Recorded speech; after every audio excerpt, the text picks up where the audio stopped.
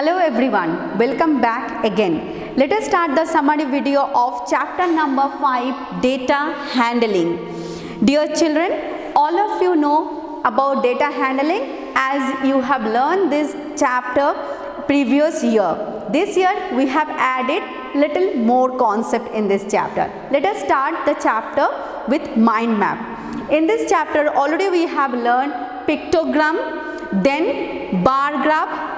There are two types of bar graph, single bar graph and double bar graph. Next we have learned organized data and group data. After that we have learned histogram and pie graph. These are also a form of graph. And last we have learned the concept of probability. Let us start the video.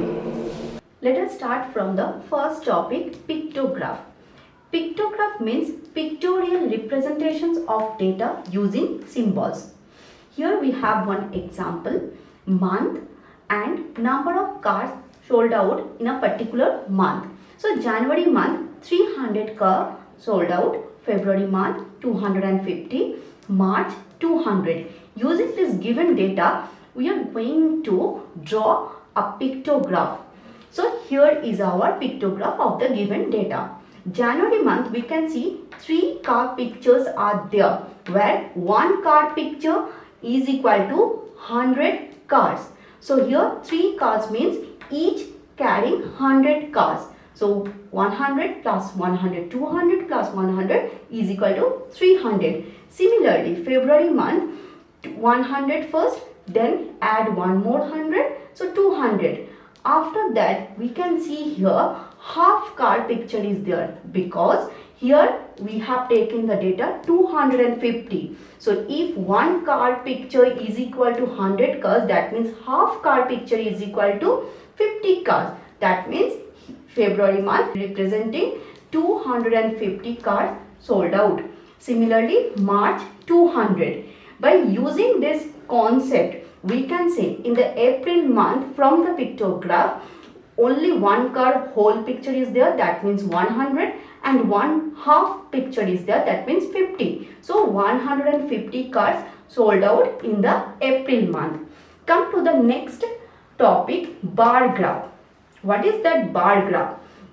A display of informations using bars of uniform width, their heights being proportional to the respective values. So as we know from our previous knowledge, bar graph are in 2 types, single bar graph and double bar graph. First we will check the single bar graph. Single bar graph means here we have taken one examples, Anu's result for term 1 exam. Subject wise marks, English she got 35, Hindi 27, Maths 40, Science 45, SST 42, Computer 43. So we are going to draw this data in the single bar graph. So now check this graph for this data. Here I have taken according to x-axis the subject and according to y-axis the marks obtained. So English, she got 35, that means 35, it will be between 30 and 40. So here we have marked as a bar graph, and next we have marked Hindi marks, next Maths, Science, SST, Computer and so on. So you can able to see between 2 bar there is a same gap will be there and they are not touching each other. So that is single bar graph. Now come to double bar graph. Double bar graph means when we are comparing the marks. Suppose you are taking data as Anu's result for term 1, which already we have drawn here, and term 2 exam. So we are comparing here term 1 and term 2 exam marks for Anu's. Okay, so check the marks here. English she got 35 in term 1 and 38 in term 2. Hindi 27, in term 1 and term 2 32. Like that all the subject marks we have taken for term 1 and term 2. So term 1 will be same as it is like a single graph, and term 2 how we will draw here. So we have draw here English 35 for term 1. This is the red in for term 1 and blue for term 2. So 38 for term 2. By checking this English subject bar graph, we can identify Anu got more marks in term 2 and she got less mark in term 1 in the subject English. So similarly, we have to draw all the subject in double bar graph, and from there we can compare all the subject marks for Anu term 1 and term 2. So this type of representation of graph we call double bar graph. Organized data. To draw meaningful inference, we need to organize the data systematically. For example, for a group of students was asked for their favorite subject and result is given like this: art, science, art, maths, science, English, science, and so on. So if we want to organize this data, then how we will organize? Because by seeing this data we cannot able to understand how many students have gave the answer art and how many students gave the answer like science and how many have gave the answer for English or maths.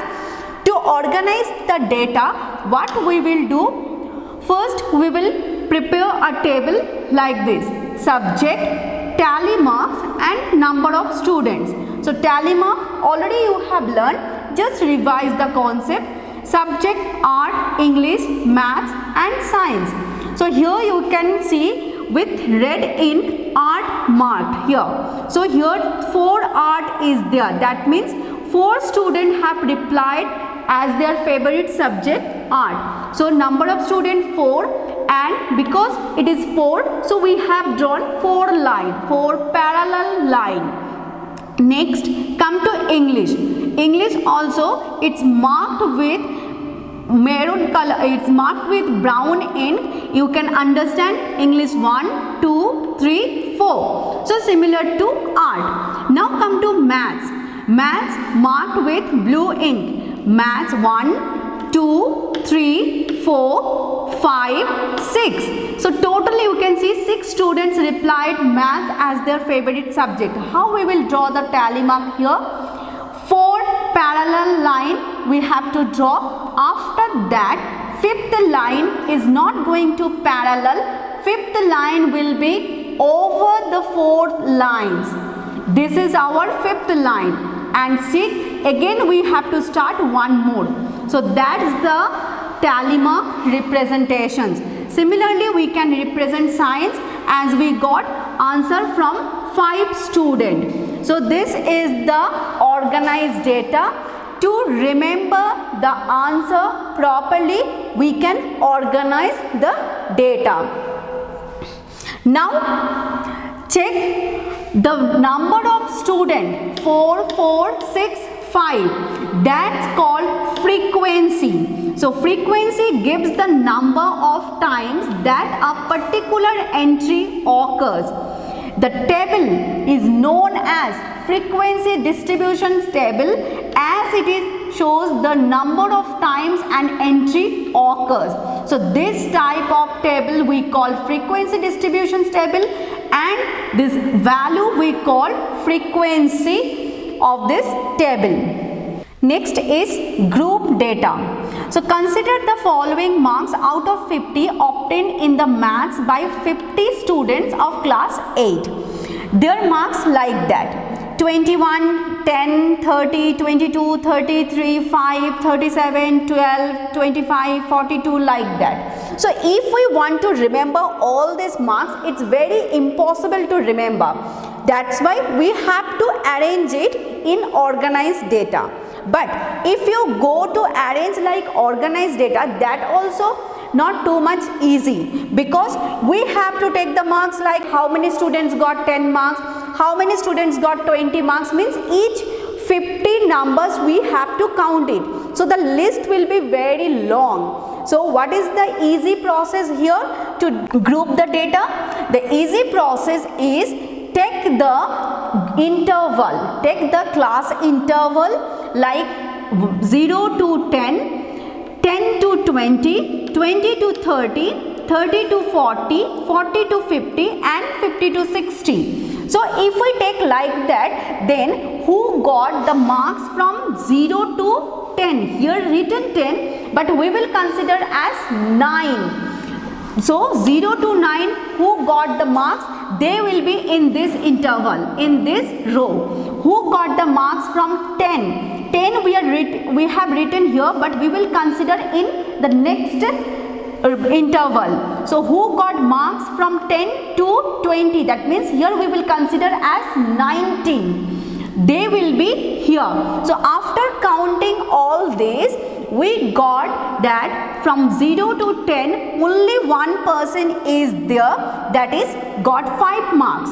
So here we have marked 1, then the frequency came 1 and tally mark only 1 line. Next 10 to 20, that means we will consider 10 to 19. So we got the marks which is marked in orange in, that is number frequency is 8. So draw the 8 frequency here with the tally marks. Similarly, we have got the number of students between 20 to 30, that means 29, 19, 30 to 40, that means 49, 16, 40 to 50, that means 49, 5. Here we can see one student got 50 out of 50. As I told you, 50 we cannot consider here. We need to consider in the next interval. That's why next line came here.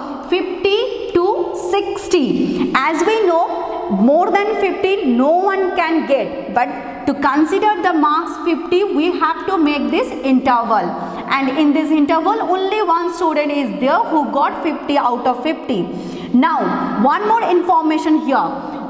Whatever frequency you are getting from the according to the interval, if you total it, if you add it, the total will be 50, means the number of student. It should be equal to the number of student. Now check here. Here we make groups of observations, say 0 to 10, 10 to 20, 20 to 30, 30 to 40, 40 to 50, 50 to 60. Where 10, 20, 30, 40, 50 considered as upper limit of this class interval, and so these are the upper limit, right hand side number, and the left hand side number is your lower limit of the class interval. And the difference between upper limit and lower limit considered as the width of the class interval. So data represented in this way is called grouped, and the distributions often is called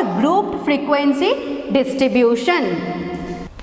Next topic is histogram. Here we have taken 30 students weight. Now you can see the chart. 4 number of students weight between 20 kg to 25 kg. 6 students weight belonging between the interval 25 kg to 30 kg. 12 students weight from 30 kg to 35 kg, and 8 students weight in the interval 35 kg to 40 kg. Now we will represent this data in the graph. Here we have taken the number of weight in the x-axis and number of student, means the frequency, it is along with the y-axis. So 20 to 25, there is 4 student represented as a bar graph. Next 25 to 30, 6 students again represent as a bar graph. 30 to 35 and 35 to 40 represent for 12 and 8 students respectively. So here you can see all are the bar graph, but there is no gap between the bar graphs. So now come to the point. Here we have represented the groups of observations.